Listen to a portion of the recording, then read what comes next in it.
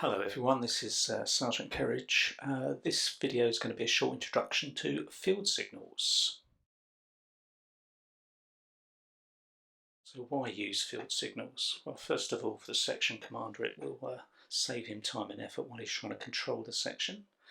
We have the enemy around, so we want to avoid shouting, and we also want to avoid unnecessary movement for the same reason.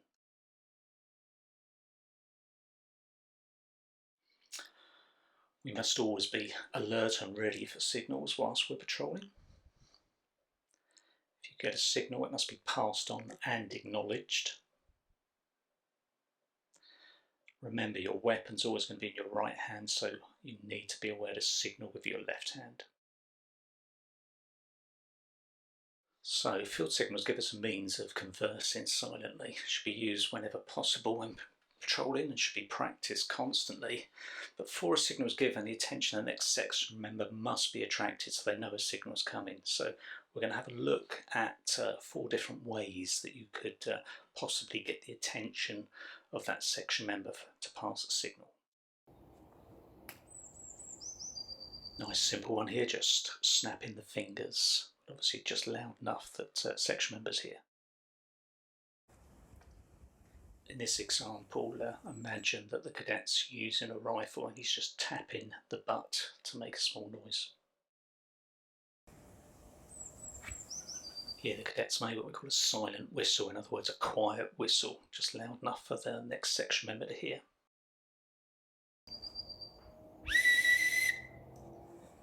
This final method should only be used during a firefight, obviously, because of the noise.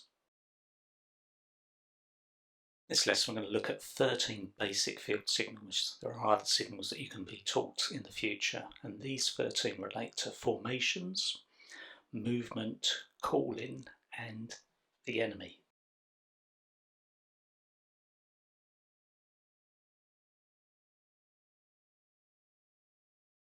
Straightforward signal, hand straight up to indicate single file formation.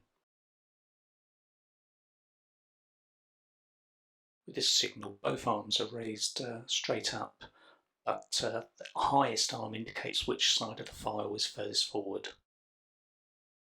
With the arrowhead signal, both arms are forced either backwards or forwards, depending on which direction you want the files to fan out.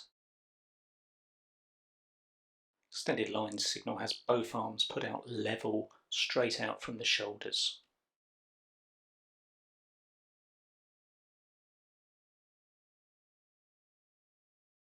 Halt or rest signal involves the hand straight up. Number of fingers indicate the length of a rest, and you'd point to the location where you're going to rest. Straightforward signal, just swinging the arm low from the rear to the front to indicate advancing or following me. Placing the hand flat on the top of the head indicates that you want the other members to close or join on you. Clenched fist moved up and down between sort of thigh and shoulder indicates that you want people to move faster, to double.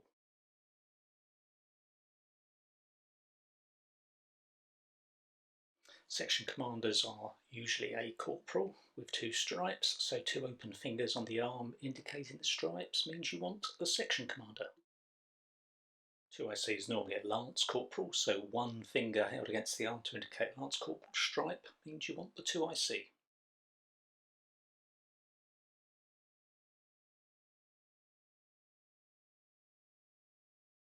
Arm stretched out with thumb pointing down means the enemy has been seen or is suspected of being near. Arm stretched out with thumbs up means all clear, no enemy. My favourite signal, a chopping motion in the direction of the enemy means attack. Summarise. Why we use field signals: because they avoid noise and movement, save time and effort. How do we gain attention? We can snap fingers, we can do a silent whistle, we can knock the rifle butt, and in a firefight we can do a whistle blast.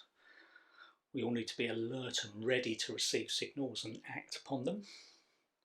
We need to ensure the signal's passed along and acknowledged.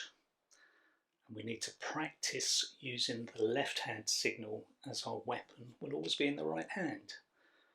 I hope that lesson was interesting and informative. If you've got any queries, please get in touch and I'll do my best to answer them. Thank you very much.